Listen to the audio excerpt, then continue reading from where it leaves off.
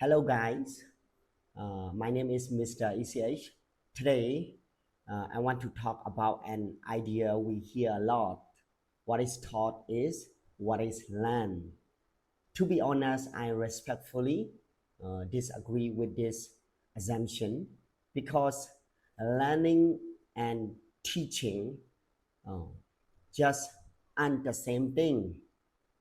And there is usually a pretty big gap between them. Just because a teacher stands up and share information doesn't mean the student actually uh, hear it, process it, or remember it. This week lesson on acquisition versus learning hits the nail on the head.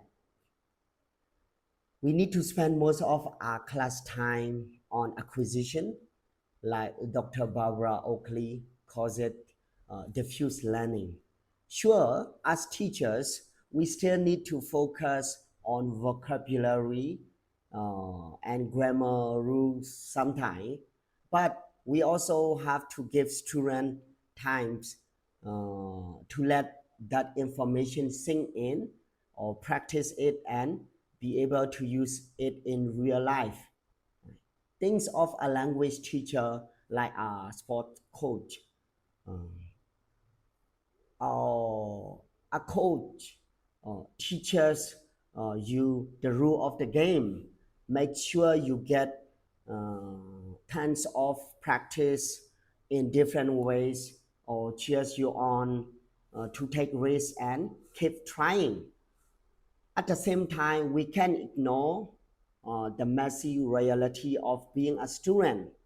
Things like age, focus, motivation, personal interest, and outside distraction uh, totally change how much information someone can actually take in. So here is to take away an effective language uh, educator must possess not only pedagogical expertise, but also a deep understanding of the language acquisition process to successfully guide their learners toward fluency. Thank you for listening. Bye bye.